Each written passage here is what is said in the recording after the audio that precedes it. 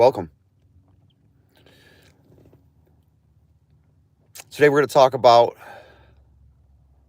the lie to the Union address, AI wars, gender neutral God, and the Bank of England goes digital.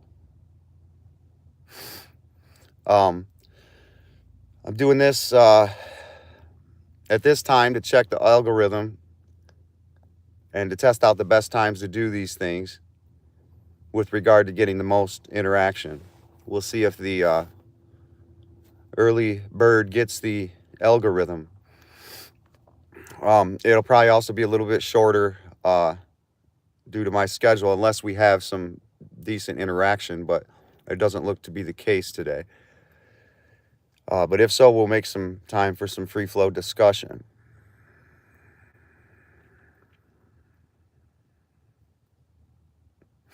I'm hoping to catch some West Coasters just getting back from the bar or something. Well, let's get started. So the State of the Union was a joke.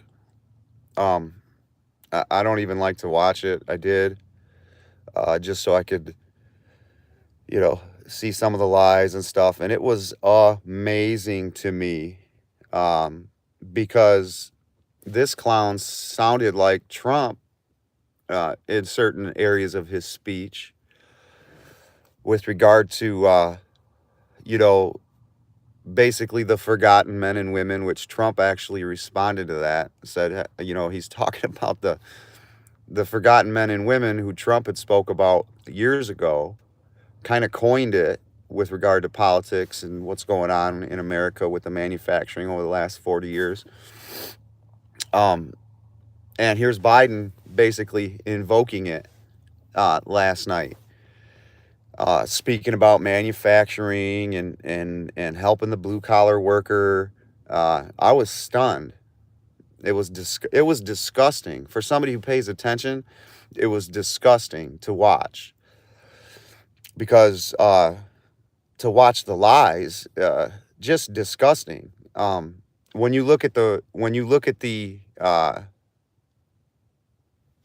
red speech he had a couple months back, I mean, he was calling for the imprisonment of the opposing political party.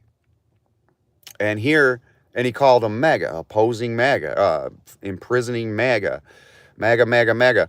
Now he's invoking it.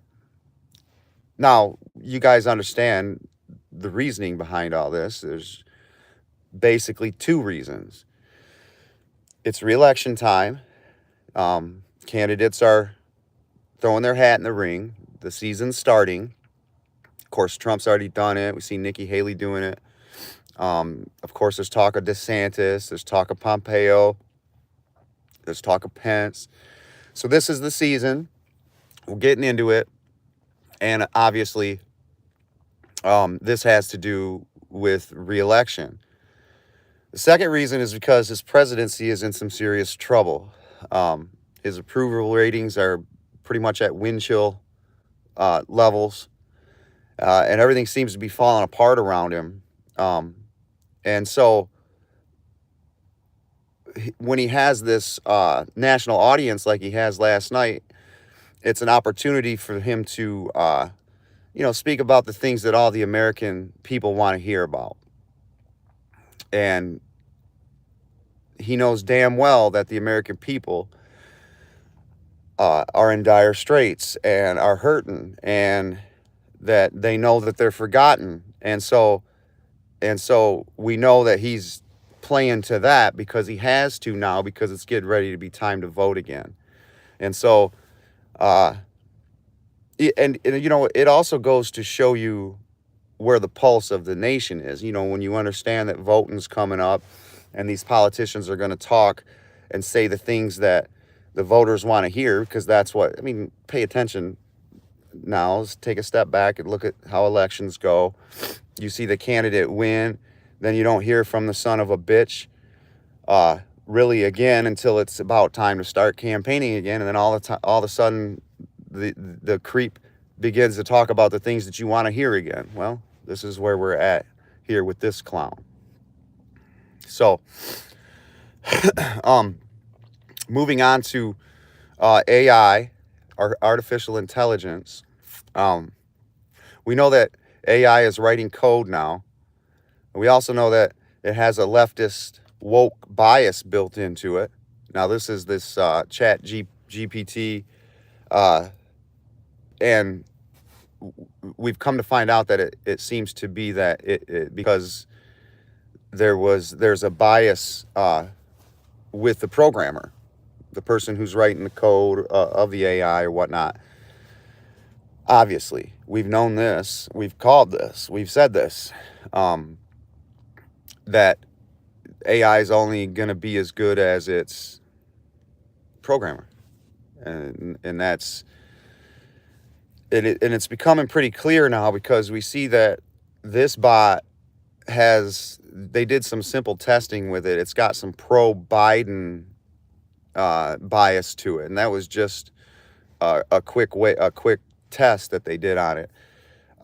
There's going to be tons more biases with it, but we see that it's because of how the code's written. The programmer, the person behind it, can instill these, I guess you could call them, values into this AI, or these ways of thought, or this ideology. That's ridiculous, and that's scary, and that's a bad thing. So we have to pay attention to it. But more interestingly is that we now see Google announced yesterday that it's starting its own AI bot, followed by China making an announcement last night that they're also going to create their own AI bot. Now, do you guys think that that's normal? Everyone coming out talking about that. Why does everyone have to have their own bot? To me, there's a lot of attention being drawn to this, and it's odd to me. If we use our brains, we can now see that since everyone wants their own AI, then clearly all AIs are not created equal, right? Because if they were, they wouldn't be tripping over each other to create their own, right? Right? I mean, don't you think AI should be kind of open source program for all to see and contribute to? And that brings me to another thing quickly. It's a little bit off subject maybe, but did you guys all know that all computer programming was all mostly open source in the very beginning? Let's say someone made a video game. The code was openly posted on places, on computers, and the next guy, any guy, could go into that code and add to it or adjust it. Okay, and then also leaving this new code that they've adjusted up in the open source for others to build upon again. And it wouldn't just be games, but it was also for operating systems, for instance. And then and it was all free. Some of you guys will remember this. This is in the early days of the computer, and all free. And then came a guy named Bill Gates, folks, and he changed all that. He took it all off of this open source system that they had in place, and then started to charge people for it. And of course, the rest is history. He became a billionaire, and I guess he became a scientist and a doctor and a vaccine maker too. So, wow, right? Bill Gates. Somehow he managed to do all that but it's Bill Gates. Look into it. Bill Gates, all computer coding was done in a open source place for others to add to, adjust, look at, all free. And can you imagine what world we would be in right now if we were able to crowdsource the greatest minds in the world with regard to computer coding, as it was initially set up, and you would just add to it and add something else? Man, the sky would have been the limit to where we would be right now. And Bill Gates, and not a lot of people know this or talk about it. It's not really talked about too much, but Bill Gates was the guy that took this shit from being open source for everyone, for humanity to use, and he brought it basically private. And the rest is history. He became a multi-billionaire, and like I said, a doctor and a scientist and everything else somehow. So we need to keep our eyes on the AI stuff. It's interesting that everyone else now is trying to do their own AI. It tells you all AIs are not created equal. They want their own AIs for some reason. It's because they can instill biases, ideologies. Not good. It's got to be watched. It's very interesting. So keep your eyes on it. Moving on. The Church of England announced yesterday calling for male pronouns, him and he, as well as reference to our Father, to be scrapped in favor of either gender neutral or female, outright female alternatives in order to be more inclusive. Now, let's just read that sentence again. They're calling for male pronouns, he and him, to be scrapped in favor of either gender neutral or outright female alternatives. But listen, in order to be more inclusive. So make God a female, and that somehow makes it more inclusive. These people can't even write a simple sentence about their subjects anymore without it being illogical. Because they say that they want to make it more inclusive, but then they say, well, one option is to just make it an outright female gender. Well, then that's not inclusive now, is it? It's only for females at that point, correct? The whole thing is a flippin' joke. Okay? It makes you sick. The church, as you guys know, I don't have to talk about it anymore. It's completely taken over. And I don't know what we're going to do about it. Staying in England, we also see the Bank of England about to go digital. And of course, this is based off a white paper written by a clown, but let's go over it. The bank released a statement. A digital pound is likely to be needed in the future, according to a consultation paper published by HM Treasury and the Bank of England. Now, for you non-ring kissers, HM stands for His Majesty. And so His Majesty's Treasury is what that stands for. His Majesty's Treasury, not the UK Treasury, not the British Treasury, not the Treasury of England. No, it's His Majesty's Treasury. So, and I'd like to interject a fuck you to that and to him. And so, of course, someone from there would write a paper in favor of digital currency. And so here's some highlights of it. It says that the Treasury and the Bank of England are consulting on a potential digital pound or central bank digital currencies, CBDC, same thing that they're going to be doing here in the United States.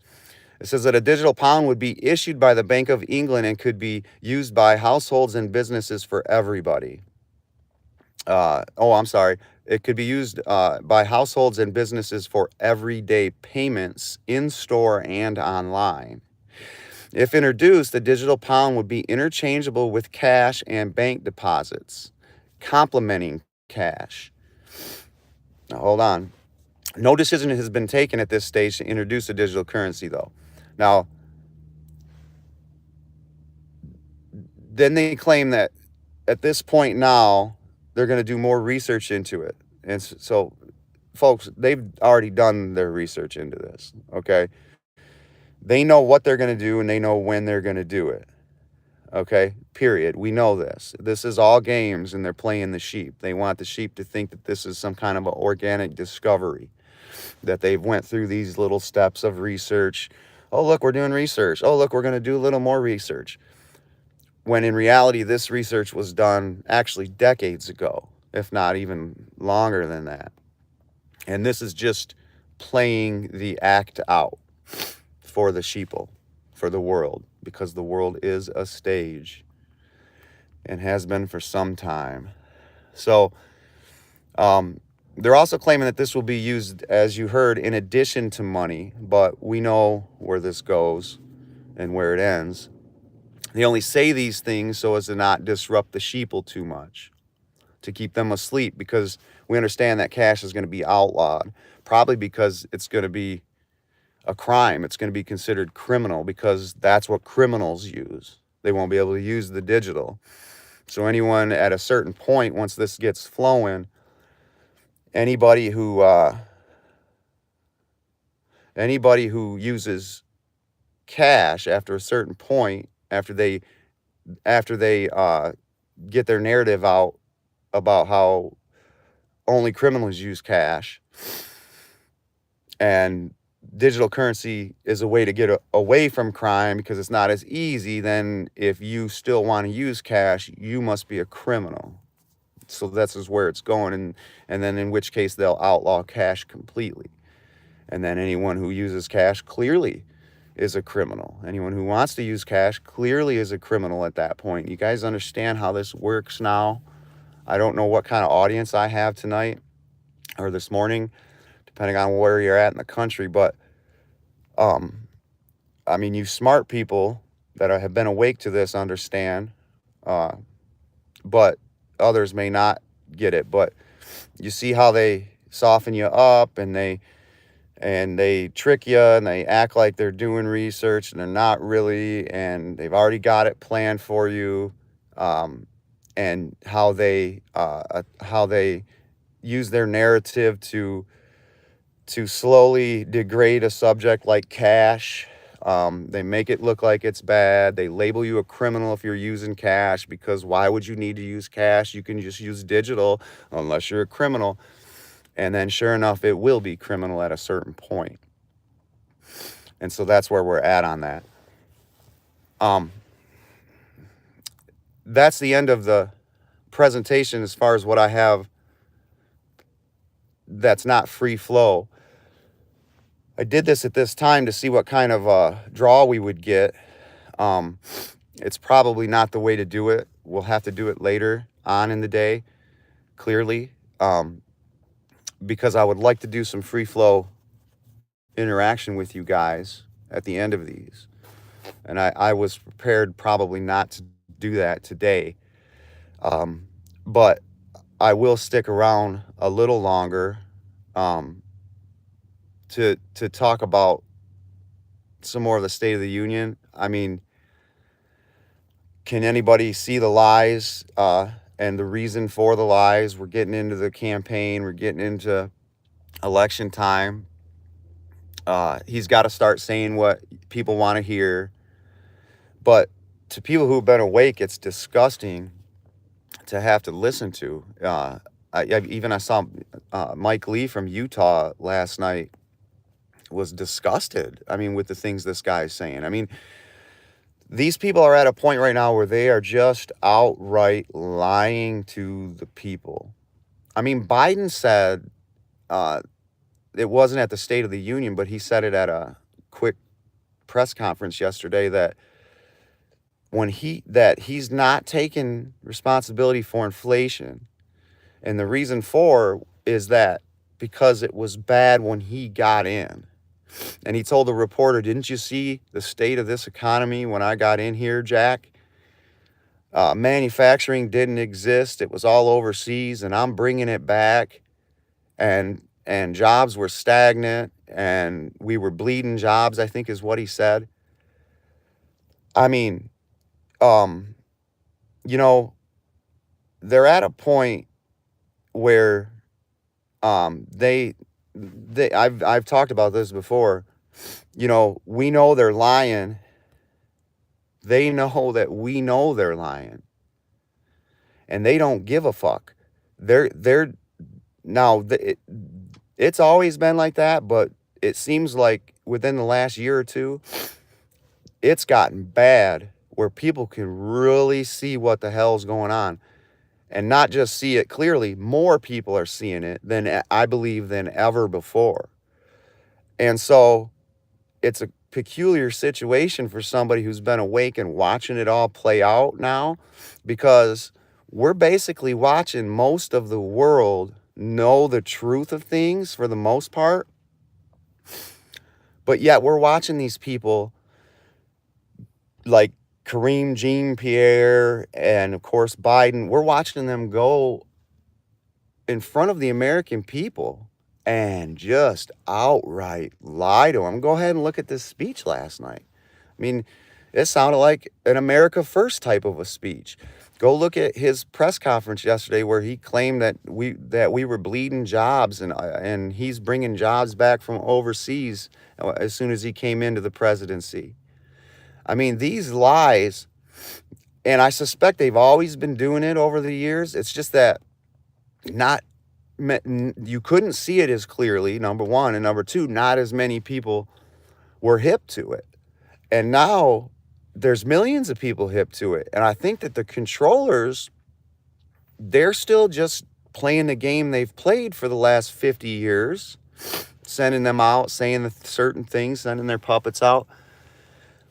And they haven't really changed their game up now, understanding that tens of millions more people are awake to it. And so they're just saying, well, shit, let's just keep going the way that we always did it. Let's go up and just say what we already have scripted. This is a script written years ago. Most likely what they do is always about 5 years later. So, and they're just sending them up with the script, and they're not adjusting things for the tens of millions of people that are awake now. They could do this in the 90s, in the early 2000s. Nobody even noticed it, hardly.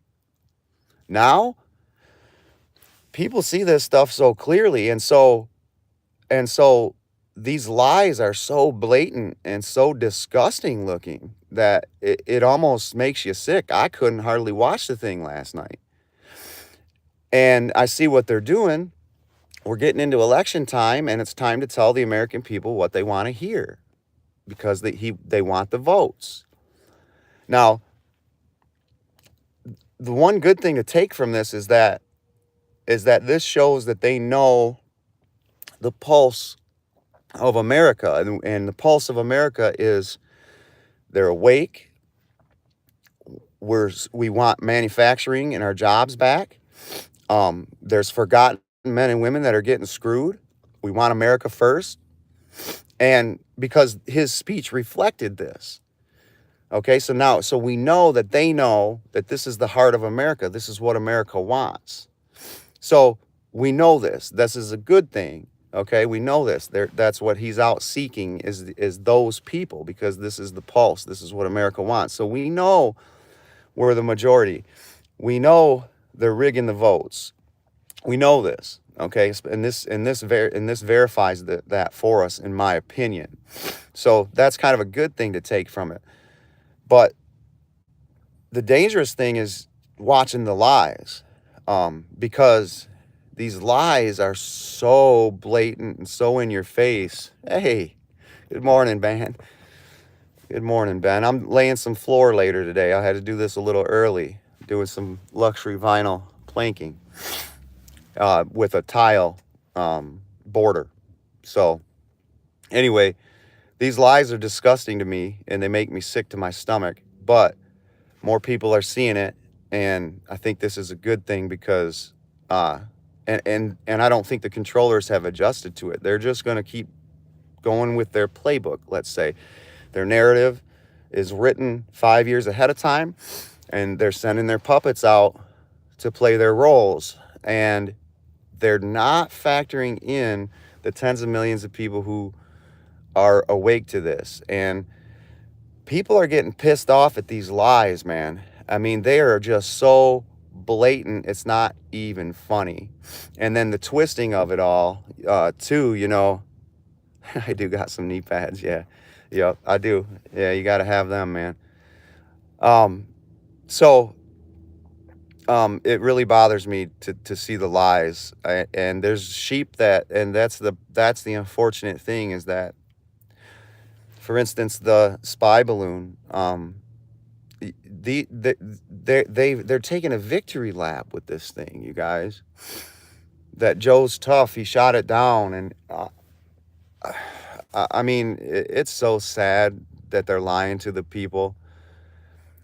If more people wake up, just a little bit more people, because it's happening every day. But if a few more people start waking up here, these people aren't going to be able to walk down the streets, man, because you know, lying is one thing, but just the way that they're lying and the obviousness of it, that pisses people off more than just a normal lie, man. When you're watching it, and then when these lies are about serious stuff and life or death stuff, you know, that have to do with our lives, this really pisses people off, man. More so than just a normal lie here and there. So, you know, I lose hope, and I don't have a lot of hope a lot of times, but you know, sometimes I'm a little bit optimistic sometimes that people are waking up. But the thing is when how many more people? We outnumber these people by tens of millions probably. How much more do we need? What more do we have to do here? Where are we gonna when are we gonna do something about it, and how are we gonna do anything about it? And as I keep saying almost every time I talk to you guys, you know, tens of millions of people can be awake. Tens of millions more can wake up. But what's going to change? They're still just going to go out with their script every day, and they're gonna piss on your leg, and they're gonna say, "Hey, it's raining. You might want to get you a umbrella. And by the way, I sell them. Here, you want to buy one?" No, that's not piss. That's rain, and it's getting worse and worse.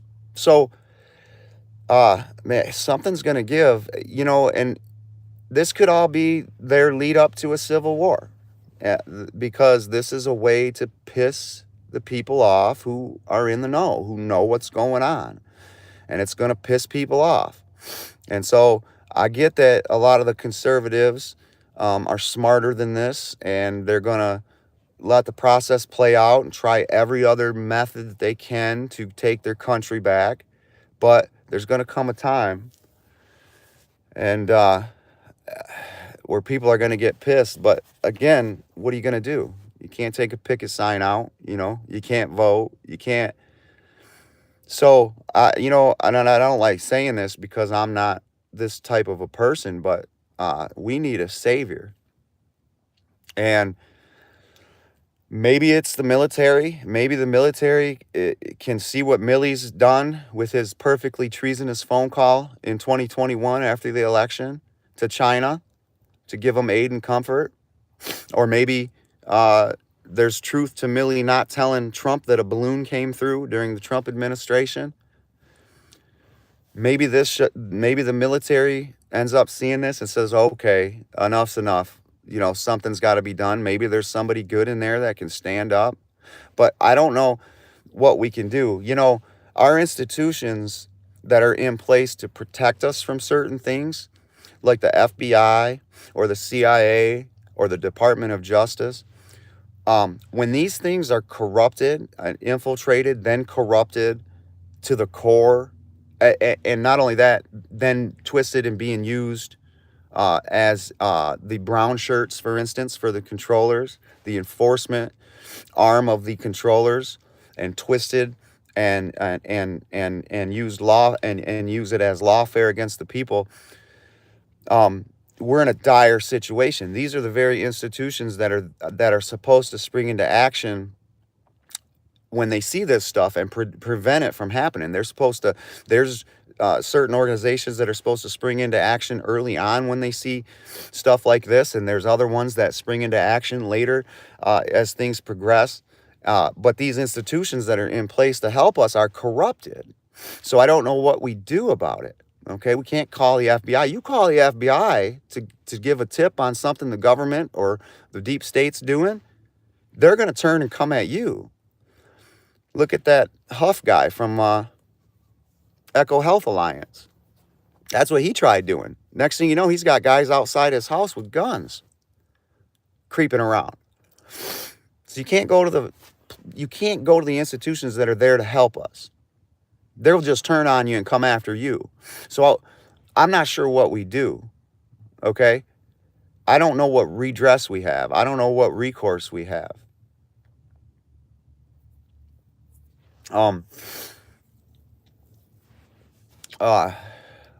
We can't take a picket sign out. We can't. I mean, we're going to need a savior of some kind, and hopefully the military will come in and do something about it, because we're not going to do anything. I can't figure out what it is that we can do, folks. Yeah, well, I know, Ben, and that's all we really want. Ben says a guy has to be able to feed his family. Isn't that at the end of the day all that anybody really wants? And to have the government just stay the hell away from us. Get the hell off of us. Get off my back. Get away from me. But when the very institutions that we have in place are corrupted, then what recourse do we have? In 1776, those patriots didn't have anything on paper, any recourse that they could, let's go present this to these people. Let's go present. There was nothing written down that says for what they have to do or what they can do. Sandra, they didn't have, yeah, we're back to the corner bad. But remember, those patriots in 1776 didn't have a blueprint to go off of. They didn't have institutions that there was nothing written down for them as recourse. And so, you know what they had to do? They had to do something revolutionary. They had to do something that wasn't allowed, that wasn't written down on paper. You understand what I'm saying? They had to do something revolutionary. They had to break the rules. If those patriots had to follow the rules, the framework that was in place by King George, they would have never broke away. Because to do so, they had to do something illegal, something revolutionary. They had to do something illegal, and eventually that involved violence. But that's what they had to do to get away from that. Otherwise, they would just still been roped into that, and maybe there would have been a little give and take from the king, but they would have still been under control. Okay, and so that's where we're at. So I'm gonna let you guys go now, and I will see you again tomorrow. Thank you for watching.